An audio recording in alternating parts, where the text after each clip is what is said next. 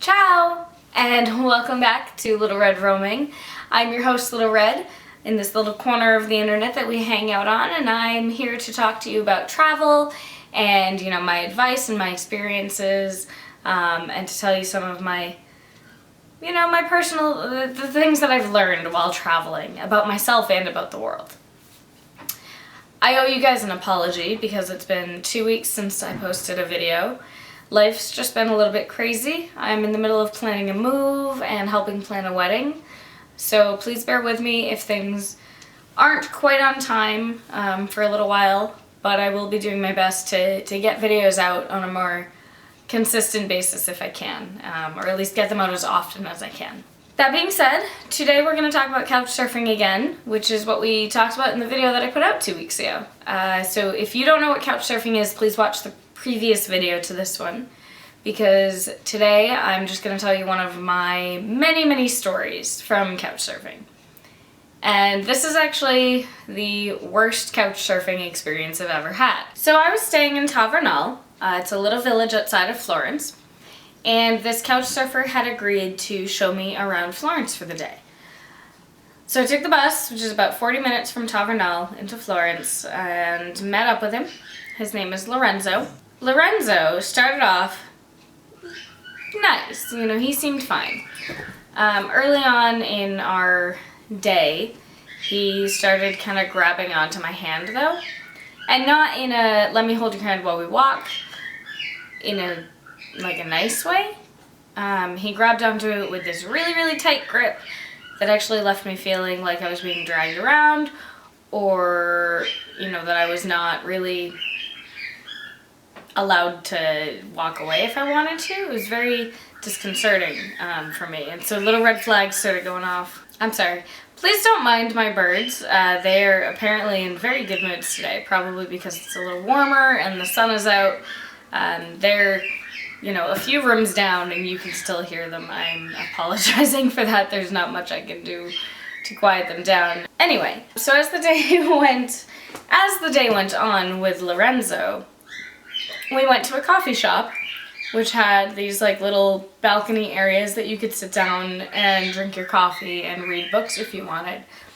And we sat down up there to practice my Italian, which I've been working at learning for a while now, but it's not very good, and so he was helping me with my pronunciations. And then things get a little weird because he decided to move from the couch opposite me to the couch I was sitting on and kind of lean in and try to cuddle up to me, which I kind of removed myself from the couch. I stood up and I said, that's not appropriate.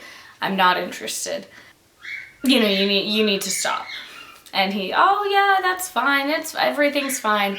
Kind of brushed me off. Didn't really acknowledge that I had said, no, I'm not interested. Please don't touch me like that. So I said, why don't we leave the coffee shop? Why don't we go walk around a little bit more? I want to see more of the city. So we walked around a bit more. At this point, he had started putting his hand around my waist, which he was moving lower and lower down to my hips, which was, I had to keep saying, hey, that's not okay, you need to stop. And I told him off multiple times, but I didn't walk away. I didn't leave the situation, and I know now that I should have. And I know much better now, and I think I'll listen to my gut a little bit better if this situation ever comes up again where I feel uncomfortable with somebody. My concern was actually being rude to him because he had taken his day to show me around, and I didn't want to seem unappreciative, but he was being far too forward and wasn't taking my negative response seriously.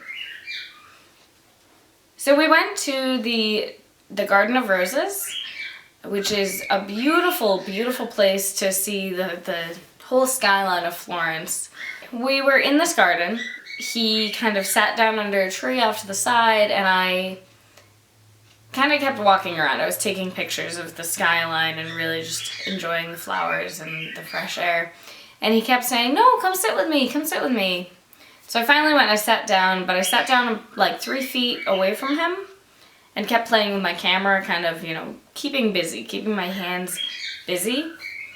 And the next thing I know, he had kind of wormed his way across the ground and squirmed over to me. Like, he didn't get up and move, he like rolled himself across. It was weird. But to the point where he was behind me and I'm sitting up, and so he had wrapped his legs were on one side of me and his head and shoulders were on the other, and he like wrapped his arm around me. And I immediately was kind of like, hey, like, you need to back off, that's not okay. And I tried to remove his hand multiple times, to which he responded by squeezing me tighter, thinking that I don't know if he thought I was playing around, but I was being very serious and very clear with no.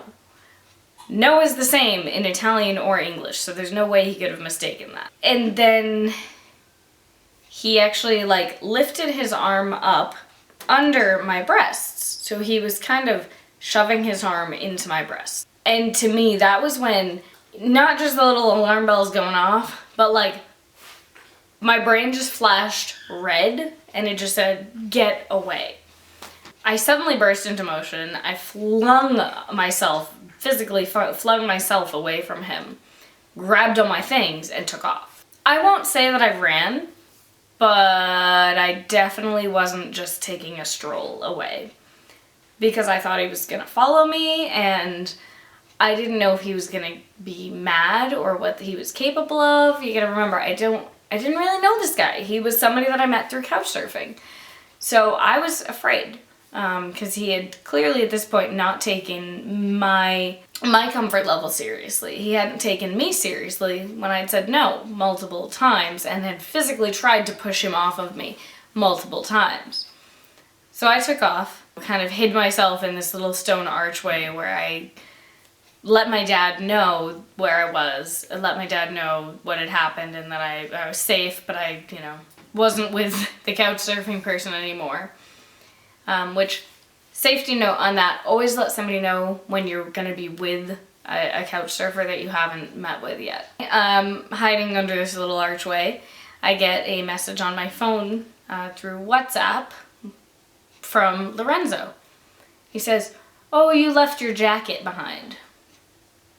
Do you come back, come get your jacket, or I can meet you. And I said no, just, throw it away or give it away or something. I don't want it, I'm good. And I actually went and ended up buying a sweatshirt from Florence. So that became my souvenir from the city, was this sweatshirt that I bought because I needed a jacket. I felt really upset afterwards. I felt like I had been, like my personal space had been invaded, that I had been touched in a way that was not appropriate and not okay, and left me feeling really like gross. And so I got myself some dinner, pizza, and I got myself a nice glass of wine, kind of mellowed out.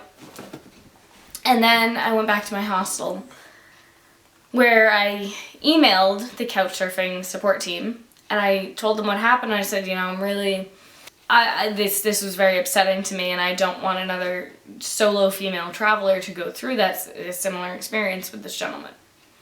Within, I'd say it was about 40 minutes, they emailed me back, and they said, the first line of their email was, are you in a safe place? They went on to say that they're sorry that this happened and that they're going to remove him from the site, but they would not delete his account until they heard back from me that I was somewhere safe, so that he couldn't, if he got mad about having his account shut down, that he couldn't get to me, basically. My hat's off to the couchsurfing team, because that was a fantastic way to handle what had happened. I hadn't even thought of that as being a possibility at that point. And when they asked me, are you safe? It was like, wow, okay, yes, I am safe now. But I really, really appreciated the fact that they checked and handled it so quickly and efficiently. That is my bad couchsurfing story, which could be a lot worse. If I had been staying with him, it would have been much, much worse than it was. Thankfully, we were just meeting up for the day, and I was able to remove myself from that situation and, go somewhere else. Again, most of my couchsurfing experiences have been completely positive. So don't take this as like a scare story to tell you not to do couch surfing, because I think everyone should do couch surfing, actually. I think it's one of the most amazing ways to travel, and it really changes your perspective of the places you go and the people that you do meet. However, be cautious and trust your gut. If you meet a Lorenzo, if you have your own Lorenzo who is showing all these signs that throughout the day you're kind of like, I'm not really comfortable with the way this person is acting, don't put their feelings first. Don't do what I did. I should have walked away much earlier in the day, and I didn't. And I wish that I had, because I'd probably still have that jacket. Thanks again for tuning in to Little Red Roaming. Again, I am Little Red, your host, and I love being able to share my stories and my passion for travel with you guys. If you want to hear more from me, please hit the subscribe button. I am working on being a little bit more consistent with uploading videos. Until then, you can also find me on Snapchat and on Instagram or on my blog. I will link and leave the contact info for all of those below. Drop me a like on this video if you enjoyed it. Drop me a comment if there's anything you want me to elaborate on, or if you have more questions about couch surfing, and hopefully I can answer those in the next video. I hope you get to enjoy the rest of the day wherever you are in the world. I hope it is just as sunny and beautiful there as it is here, because we are finally getting some spring weather in New England. Thanks again, I'll see you next time. Ciao!